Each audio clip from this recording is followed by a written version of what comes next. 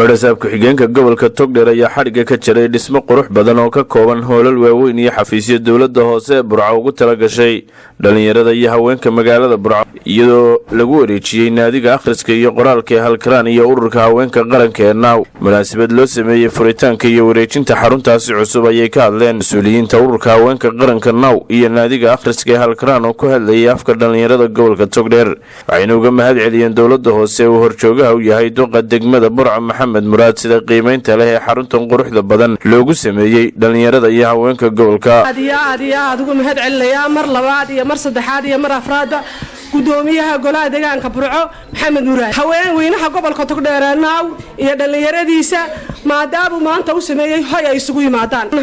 waan u qaadan weyn runtii markaan lagu xafiiska intan balaad leeg ayaa holkana leedihiin leena halkaan ku noolayn baan ogaa aniga ku hadlaya afka dhalinyarada Halkaraan naadiga akhriska iyo qoraalka ee Halkaraan oo muddo badan ka dhisnaa gobolka una ololeynayay akhriska iyo qoraalka quraantii muddo 5 sano ah ayaan codsanay in library laga sameeyo gobolka laga sameeyo oo degmada loo dhiso in badan ayaan golaha deegaanka ka codsanay laakiin maanta Ilaahay wuxuu ku simay Maxamed Muraad iyo golaha deegaanka inay fikirka nala qaataan oo ay gartaan oo laga sameeyo library magaalada. duqa degmada Burco Maxamed Muraad oo isaguna halkaasi ka hadlay Xuseen dhalinyarada iyo haweenku yihiin qaybtii ugu badnayd bulshadii soo dooratay isla markaasna inta ugu badan ay ka fakaraan sidii ay dhalinyaradaasi iyo haweenka ugu sameyn lahaayeen xarumo iyo xafiisyo ay ku kala faa'iideystaan. intan in ka badan buu naloo ka fadhiya waxaan oran karaa dhinac faan bay ka noqonaysaa library Burco ama gobolka Togdheer laga furay ama guri haweenku leeyahay oo laga furay waxaan u maleeyahay kii koobaad inaan idinoogu horeyno xaga waa la oran karaa waa loo fakaray mujtamaca maanta Soomaaliland wuxuu u badan yahay dhalinyaro iyo haween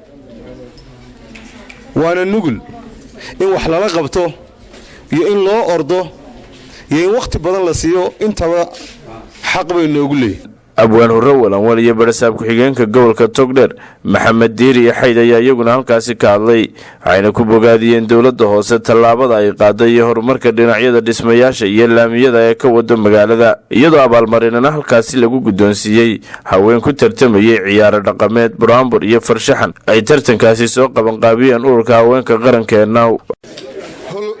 hoolalkan iyo gurigan cajaa'ibka ee loo dhisay ururka Halkaraan iyo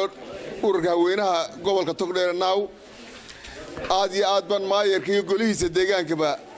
tacabkan ballaaran oo halkan geliyay